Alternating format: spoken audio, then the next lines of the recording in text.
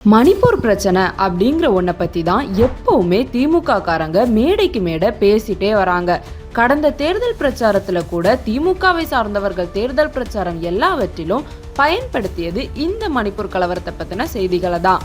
முதல்வர் ஸ்டாலின் அவர்களும் மணிப்பூர் கலவரத்துக்கு பாஜகவால பதில் சொல்ல முடியுமா அப்படின்னு பல இடங்கள்ல கேள்வி எழுப்பினதை நாம கேட்டிருப்போம். மே மாதம் தொடங்கிய வன்முறையை இன்று வரை அந்த மாநிலத்தை ஆளக்கூடிய மணிப்பூர் பாஜக அரசாலும் தடுக்க முடியல, ஒன்றியத்தை ஆளக்கூடிய பாஜக அரசாலும் தடுக்க முடியல. வெறுப்பு அரசியல் மூலமாக அரசியல் தேட ஆதாயம் நினைத்த விளைவுதான் இன்று மணிப்பூர் பற்றி எரிஞ்சுக்கிட்டு. இப்படி திரும்பும் திசையெல்லாம் மணிப்பூர் கலவரத்தை பத்தி தான் முதல்வரும் திமுக காரங்களும் பேசிட்டு வராங்க.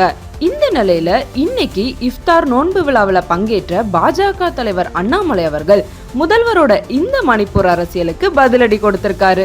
மணிப்பூர் கலவரத்தை பத்தி பேசிட்டு வர முதல்வருக்கு இந்தியா மேப்ல மணிப்பூர் எங்க இருக்கு அப்படின்னு கேட்டா கரெக்டா சொல்ல தெரியுமா அப்படிங்கிற ஒரு கேள்வியை எழுப்பியிருக்காரு. இங்க சும்மா மணிப்பூர் மேப்ல எங்க இருக்குன்னே தெரியாது. தமிழகத்தினுடைய முதலமைச்சர் ஐயா மு.க. ஸ்டாலின் அவர் கையில இந்திய வரைபடத்தை கொடுத்து மணிப்பூர் மேப்பை தொட்டு காட்டு நான் காலைல அரசியல் விட்டு போயிடுறேன். மணிப்பூர் எங்க இருக்குன்னே தெரியாது, சத்தியமா தெரியாது. ஒரு பெண்ணை கொடுத்து மார்க் பண்ண சொல்லுங்க, தெரியாது.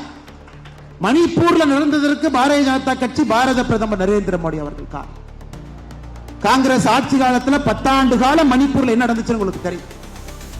Armed forces special powers act அந்த சட்டத்தை எடுக்க வேண்டும் என்பதற்காக அங்கிருந்த தாய்மார்கள் எல்லாம் ஆடையை கலட்டி விட்டு ரோட்டில் நடந்து போனாங்க காங்கிரஸ் ஆட்சி காலம்.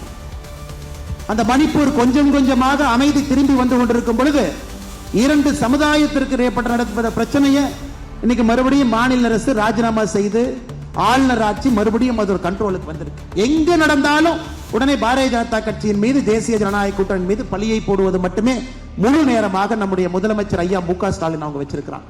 மணிப்பூர் எங்க இருக்குன்னு கூட ஒரு முதல்வருக்கு தெரியாது அப்படின்னு அண்ணாமலை அவர்கள் செய்த விமர்சனம் இன்னைக்கு சர்ச்சையாகவும் மக்கள் மத்தியில அதிகம் பேசும்படியாகவும் வைரல் ஆகிட்டு வருது.